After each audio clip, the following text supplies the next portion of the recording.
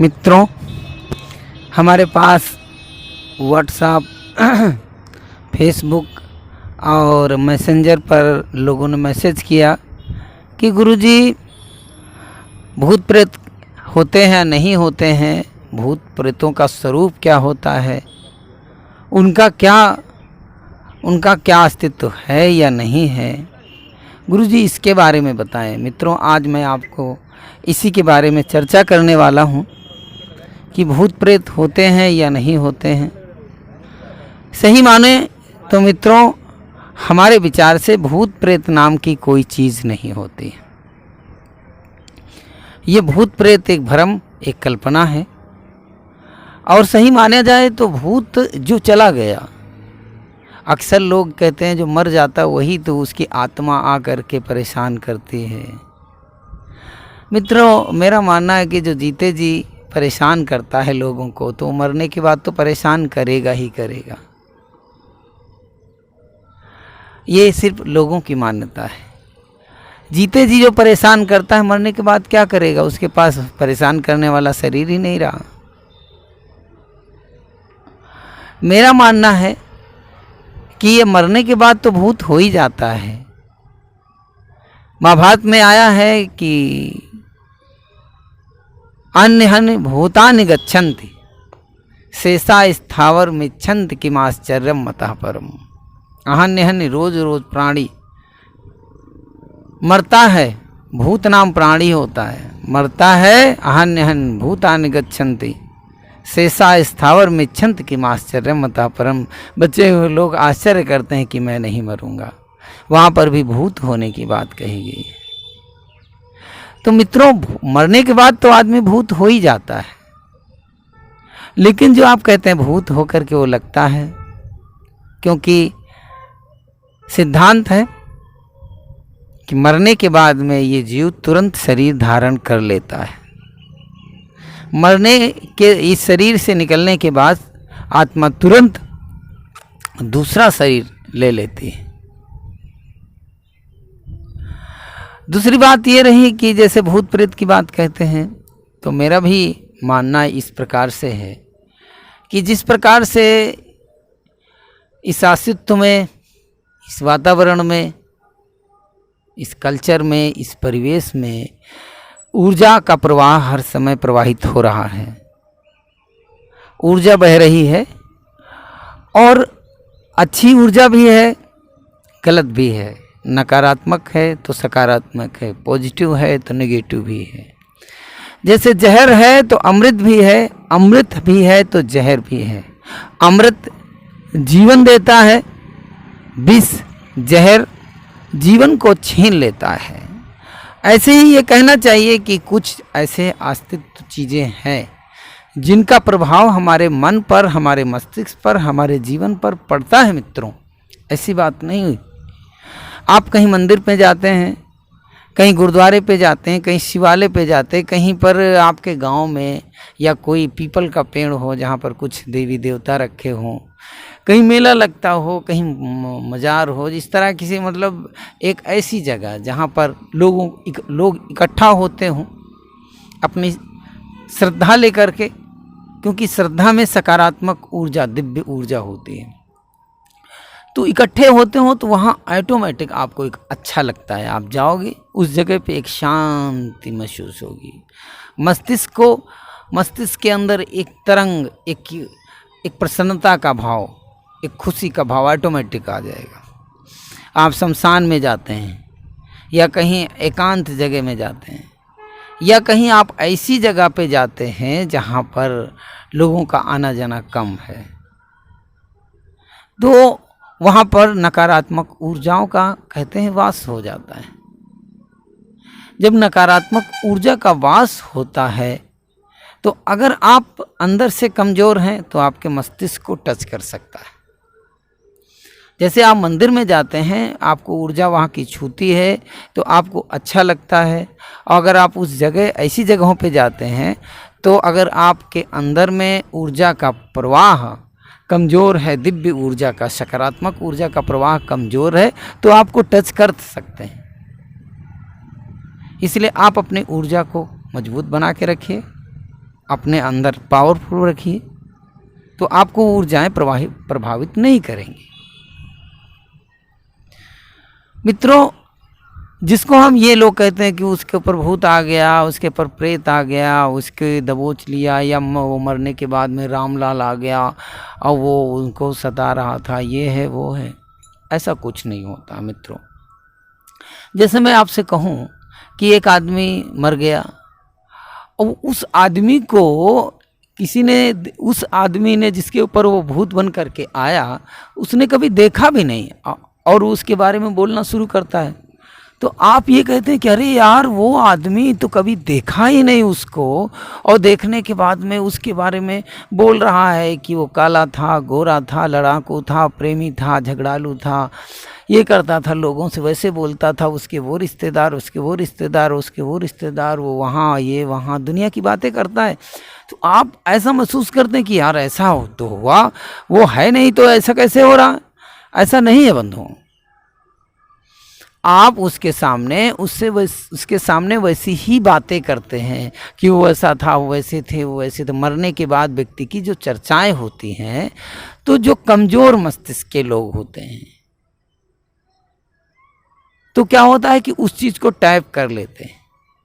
अब वो बातें अनकॉन्शियस माइंड, अचेतन मन पर फीड हो जाते हैं। अचेतन मन पर फीड हो जाती है, वो लगातार लगातार लगातार उन्हीं बातों को फोकस करता है, लगातार उन्हीं बातों पर प्रेस करता है। तो वो बातें क्या होती हैं, वो दिमाग में उसके बहुत अनकॉन्शियस माइंड में बैठ जाते हैं। अनकॉन्शियस माइंड में जब वो बातें बैठ जाती हैं तो उसको वही दिखाई देने लगता, वही सुनाई देने लगता, वही हाव भाव, चाल ढाल। एनीवे, आपको एक बात कहूँ, जैसे फिल्मों में कोई कैरेक्टर, कोई एक्टर जो होता है, किसी कैरेक्टर को अपने अंदर एंट्री कर लेता है और अंदर प्रवेश कर करके वो बोलना शुरू कर देता है, वैसे ही उसके हाव भाव, उसके ऐसे ही वो अचेतन मन पर वो कैरेक्टर उस आदमी के अंदर बैठ जाता है और वो बोलने लगता है। तो आप कहते हैं कि यार ऐसा, ये भूत प्रेत इसको वही बोल रहा है, वो वहाँ नहीं है मित्रों। वो एक मस्तिष्क की कला है, ये कहना चाहिए, ये मस्तिष्क की एक बीमारी है। हमारे गुरु भाई हैं संत श्री सतीश साहब, वो कहते हैं कि ये भूत प्रेत जो ये जो होता है, इस बीमारी को हम क्या कहते हैं, हेपेटाइटिस बीमारी होती है, इसको हेपेटाइटिस होती है। और हेपेटाइटिस बीमारी इसी की ही होती जब तक वो व्यक्ति, अच्छा वो ज़्यादा समय तक नहीं रहता, 5 मिनट, ऐसे जो विचार होते हैं, मस्तिष्क की जो बीमारी होती है, 5 मिनट तक, 10 मिनट तक, बहुत 20 मिनट नहीं रहती है, 5 मिनट 10 मिनट बहुत है। उसके बाद ऑटोमेटिक वो नॉर्मल हो जाता है, सामान्य हो जाता है। उस समय अगर आप उस पर, वो इतना लोगों पर, उसकी जो अंदर की ऊर्जा होती है, आदमी के अंदर इतनी क्षमता है, अपनी शक्ति का उपयोग ही नहीं करता है। 100% में 5% शक्ति का उपयोग करता है, मात्र 5%। अगर 50 किलो का आदमी 50 किलो का वेट उठा सकता है, लेकिन 50 किलो का आदमी वेट नहीं उठा पाता है, इसका मतलब है कि उसके अंदर शक्ति है, वो अपने बराबर उठा सकता है। लेकिन जब वो उसके पर वो अचेतन मन पर वो बीमारी जब आती है, हेपेटाइटिस का प्रभाव हो जाता है, अचेतन मन पर वो विचार में, अचेतन मन में जब प्रवेश कर जाता है, तो क्या होता है, वो ऐसी बोलने लगता है कि मैं ये हूँ, वो हूँ, उतनी हाथ पैर, बिल्कुल 2 ताकतवर लोग उसको नहीं वो कर पाते हैं। और अगर उससे आप कहिए डांट के, तू कौन है, मैं तुझे अभी बांध दूंगा, मैं तुझे, तेरे को अभी ऐसा कर दूंगा, वैसा कर दूंगा, वो ऑटोमेटिक नॉर्मल हो जाता है। अभी मेरे साथ कुछ दिन पहले घटना घटी। मैं एक गांव था, जनसापुर गांव है, एक पड़ता है, उस गांव में बहू और बेटी दोनों के ऊपर कोई ऐसा कह रहे थे भूत प्रेत है ऐसा। तो हमारे जो भक्त हैं राजू भाई, उन्होंने, हमें बाहर ध्यान, नदी किनारे गया था, बैठा था वहीं पर, उन्होंने फ़ोन किया कि गुरुजी उनके पर भूत आ गया। हमने कहा अच्छा ठीक है, आ रहा हूँ मैं गया, मैं डांट के कहा और लड़की का नाम पूछा, तो नाम लिया जोर से, कौन है, तो पहले तो गुर्रा के बोली, उसके बाद डांट के कहा कि कौन है, और बस वो नॉर्मल हो गए। वो बहू और उसकी बेटी दोनों हमारे पैरों पर अपना सर रख दिए, नॉर्मल हो गए। हमने कहा उठो, जाओ उनको धो, साफ करो, हाथ पैर धो, मुंह धो। मतलब एक ऐसी, उसमें था कुछ नहीं, उनके अंदर वो जो प्रवाह था, वो चीज़ जो बीमारी थी, एक किसी ने प्रेशर दिया अपने विचारों के द्वारा, वो नॉर्मल हो गई। ये घटना बताऊं आपको, हमारे गांव में एक रमेश नाम का लड़का था, मैं बचपन की बात बता रहा हूँ। तो शाम के समय, और एक दुर्गा प्रसाद था, दो लड़के थे बराबर उम्र के। तो वह चलो भाई कुश्ती हो जाए, कुश्ती हो जाए, कुश्ती हो जाए। हम तो छोटे थे भाई, लेकिन देख रहे थे। तो क्या हुआ कि जब आमने सामने खड़े हुए लड़ने के लिए, ताल वाल ठोंके, बिल्कुल तैयार हुए लड़ने के लिए, तब तक किसी ने आपस में बातें कर दिया कि रमेश के ऊपर तो हनुमान जी आते हैं। अब क्या होगा, रमेश 5 मिनट तक खड़ा हो गया। अब 5 मिनट तक शांत, कुछ नहीं बोला, लोग बिल्कुल चुप। 5 मिनट के बाद वो ऐसे जोर जोर से कहना, जय श्री राम, जय श्री राम, जय श्री राम, जय श्री राम। अरे सब लोग डर गए, भैया हनुमान जी आ गए, हनुमान जी आ गए। हम भी डर गए उस समय। तो यार अजीब घटना है कि हनुमान जी कितना, कहाँ का हनुमान, एक हनुमान जी कब हुआ होगा, वो हनुमान जी आ गया।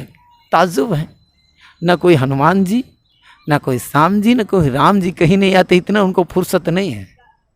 वो थे, जब थे तब थे, अब वो नहीं है। उनका स्वरूप है, उनकी मूर्तियां हैं, उनकी सामने हाथ जोड़ोगे, नमन करोगे, कुछ समय शायद तुमको मन शांति मिल जाए। लेकिन ये कहो मित्रों कि जो है हनुमान जी आए, ये गलत है। लोग ओझा सोखा जो होते हैं, आजकल बड़ा ड्रामा चल रहा है मित्रों। पढ़ाई लिखाई का इतना युग आ गया, वैज्ञानिक युग आ गया है। पढ़े लिखे वैज्ञानिक विचारधारा के लोग, दार्शनिक विचारधारा के लोग, जिनको हम शुद्ध नास्तिक कहते हैं, उस विचारधारा के लोग जा करके ओझा सोखा के सर रगड़ते हैं। दवाई नहीं कराते हैं, अपने मरीज का इलाज नहीं कराएंगे। भाई दिमाग की बीमारी है, उसका इलाज कराना चाहिए। इलाज नहीं करवाएंगे, जाके ओझा सोखाओं के पास में नाक रगड़ते हैं कि हे बाबा जी ऐसा कर दो, वैसा कर दो। उनका धंधा चल रहा है, ड्रामा चल रहा है उनका बहुत तगड़ा, बढ़िया पैसा कमा रहे हैं। हाँ, अमुक जिन्न आ गया है भैया, अमुक बड़ा भारी भूत है, ये हवन कराना पड़ेगा, वो तर्पण कराना पड़ेगा, इतना पैसा लगेगा, इतना वैसा लगेगा। दान दक्षिणा नहीं कर पाएंगे, सेवा नहीं कर पाएंगे गरीब की, किसी को खिला नहीं पाएंगे, लेकिन ओझा सोखा के चक्कर में पड़ जाएंगे।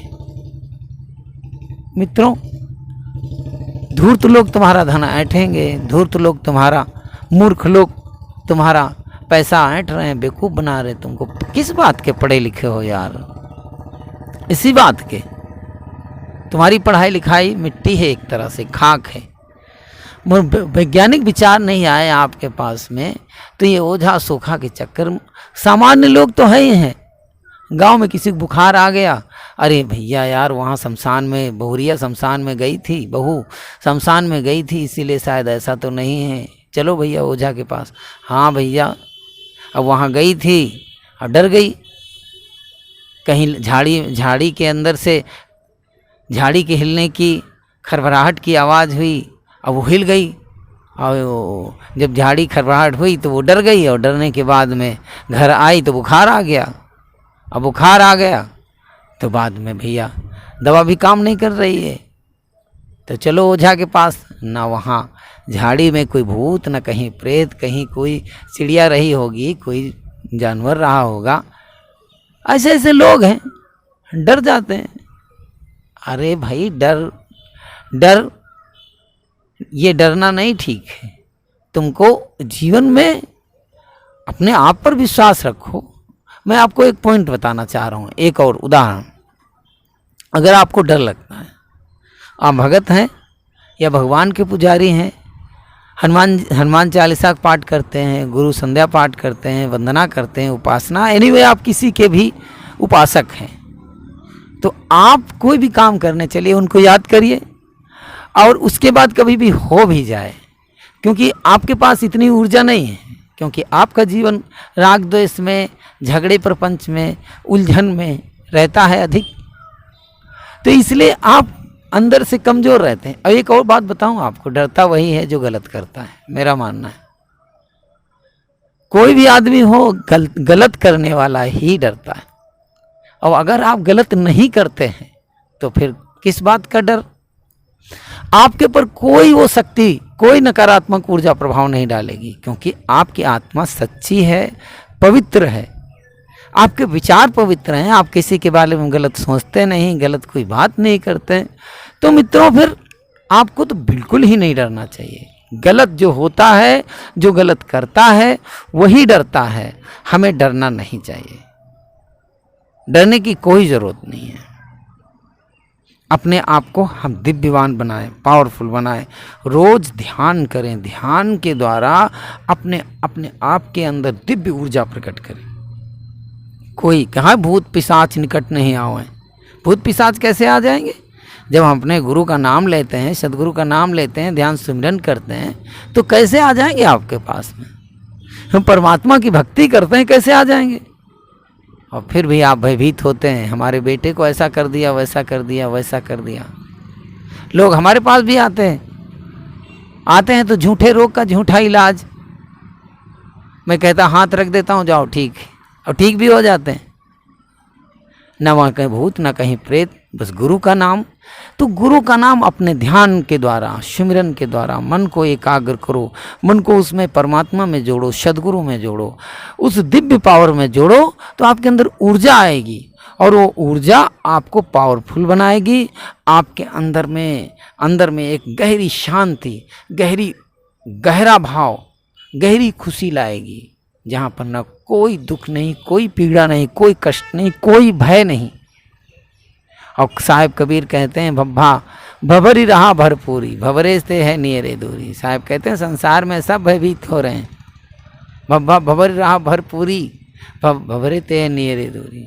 कहते हैं तुम अपने आप को भव्य बना करके अपने भव्यता में स्थिर हो जाओ, तो आपके भय दूर हो जाएंगे। मित्रों, आपने हमारे वीडियो को देखा, आपको बहुत बहुत साधुवाद, धन्यवाद। हमारे चैनल पर नए हैं तो हमारे वीडियो को लाइक करें, चैनल को सब्सक्राइब करें और बेल आइकन को प्रेस करें।